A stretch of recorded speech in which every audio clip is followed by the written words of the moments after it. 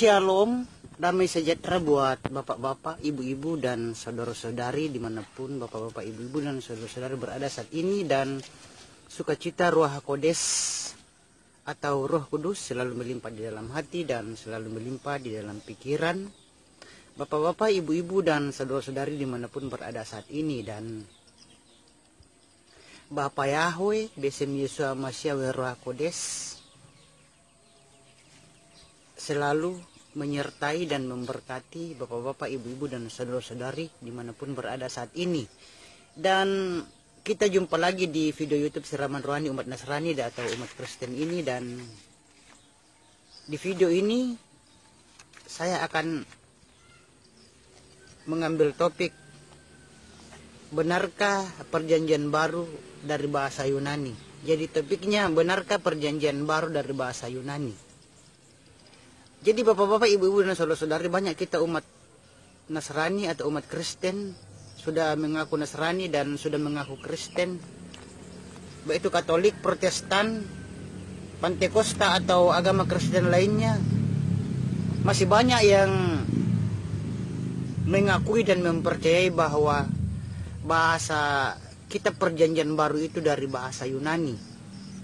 Tetapi kalau kita bertanya, apa buktinya yang memperkuat kalau perjanjian baru itu dari bahasa Yunani? Masih banyak yang belum bisa membuktikannya dengan benar dan akurat. Dan di video ini saya akan mengatakan bahwa perjanjian baru ini bukanlah bahasa asli. Perjanjian baru ini bukanlah berasal dari bahasa Yunani, tetapi bahasa asli perjanjian baru itu berasal dari bahasa Ibrani, bukan berasal dari bahasa Yunani. Jadi anggapan umat Nasrani atau umat Kristen yang menyatakan bahwa bahasa asli perjanjian baru itu dari bahasa Yunani itu adalah pendapat yang tidak benar dan salah. Karena menurut sejarahnya kitab perjanjian baru itu berasal dari bahasa Ibrani, bukan berasal dari bahasa Yunani.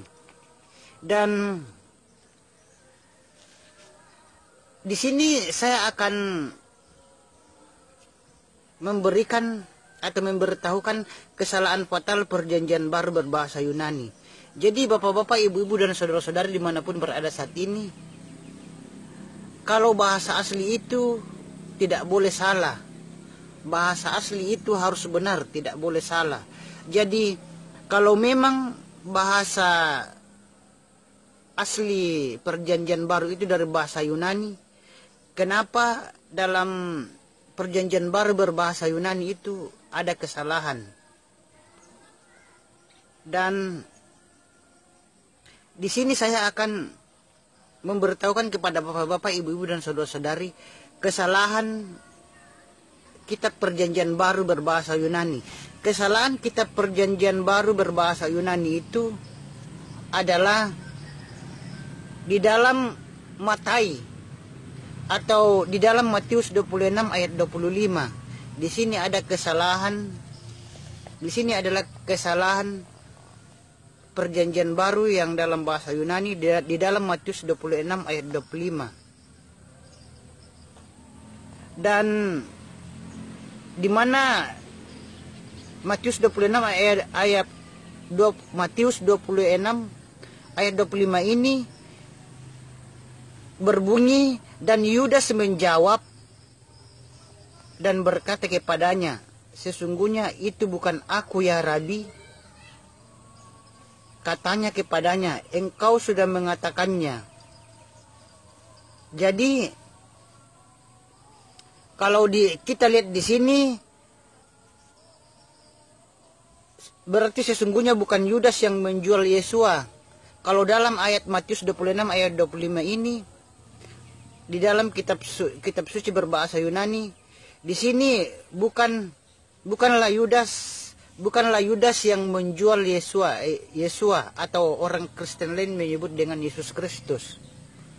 Tetapi kenyataannya Yudas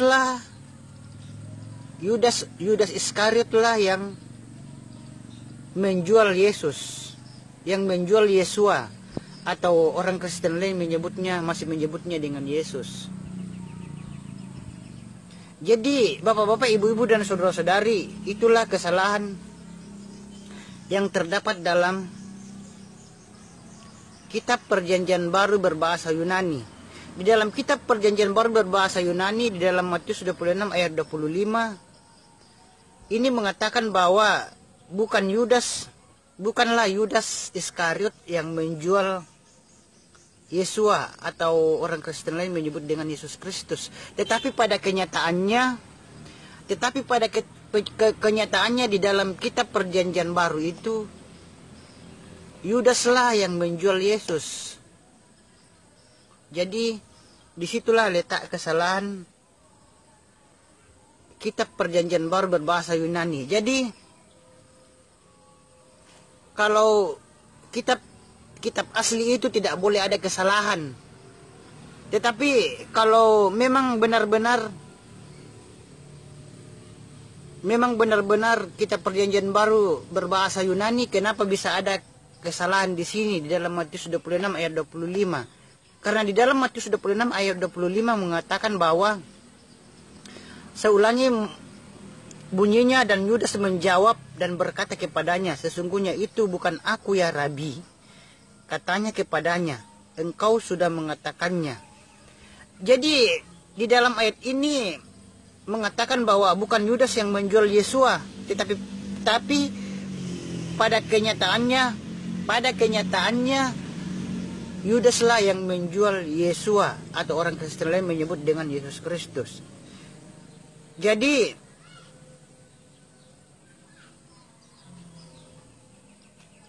di sini membuktikan bahwa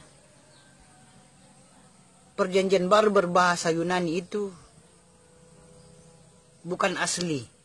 Tetapi karena syarat untuk aslinya suatu kitab suci itu, syarat keaslian kitab suci itu tidak boleh ada kesalahan. Tetapi dalam kitab suci berbahasa Yunani ini ada kesalahannya yang terdapat dalam Matius 26 ayat 25. Dan bapak-bapak, ibu-ibu dan saudara-saudari dimanapun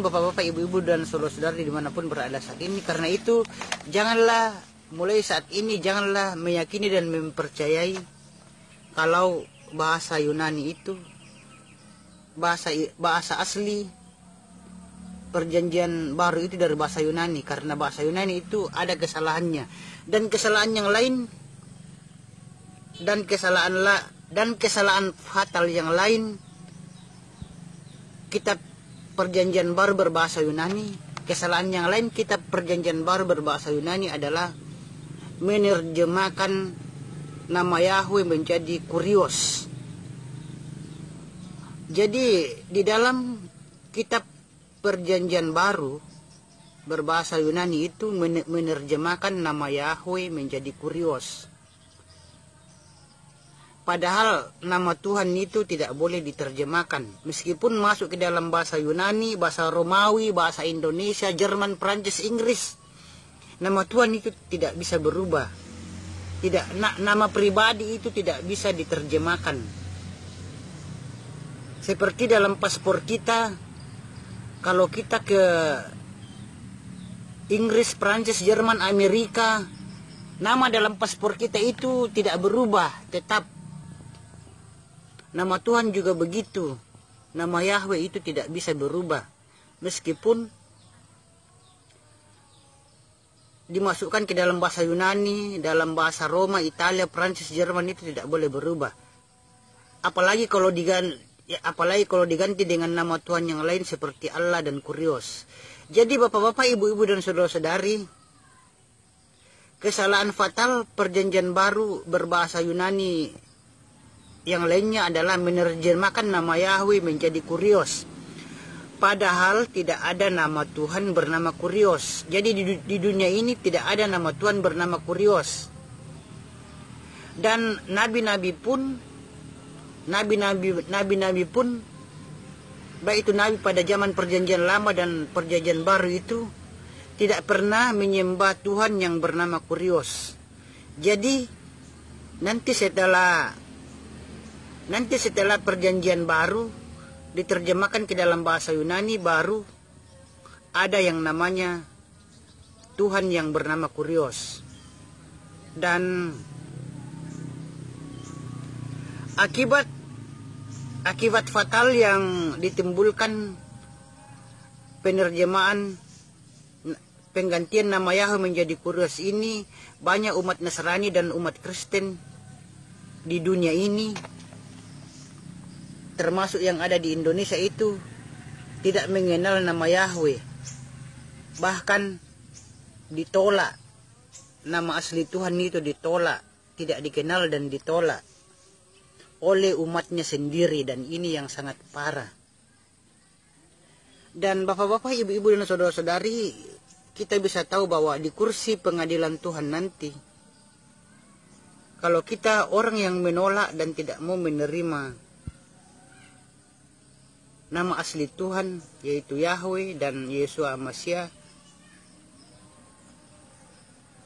maka itu kita di kursi pengadilan Tuhan nanti, Tuhan akan memberikan hukuman kepada kita. Dan karena itu bapak-bapak, ibu-ibu dan saudara-saudari, marilah untuk mulai hari ini untuk menyebut nama asli Tuhan kita, yaitu Yahweh, dan nama asli Yesus Masya, di mana Yahweh dan Yesus Masya ini adalah, di mana Yesus Masya ini adalah Yahweh sendiri. Dan marilah kita untuk menyebut nama asli Tuhan. Jangan melupakan nama asli Tuhan, tetapi sebutlah nama asli Tuhan di dalam ibadah setiap hari, baik itu ibadah di rumah, di tempat ibadah, di rumah atau dimanapun. Kalau berdoa, muliakanlah Tuhan, muliakanlah nama Yahweh. Besem Yesus Amasyawi Ruah Kodes. Dan bapak-bapak, ibu-ibu dan saudara-saudara dimanapun berada saat ini, itulah yang saya bisa katakan di video YouTube Siraman Rohani ini. Dan semoga video ini bisa memberkati bapak-bapak, ibu-ibu dan saudara-saudara dimanapun berada saat ini. Dan sekali lagi saya mengatakan bahwa bahasa asli perjanjian baru itu dari bahasa Ibrani, bukan dari Yunani.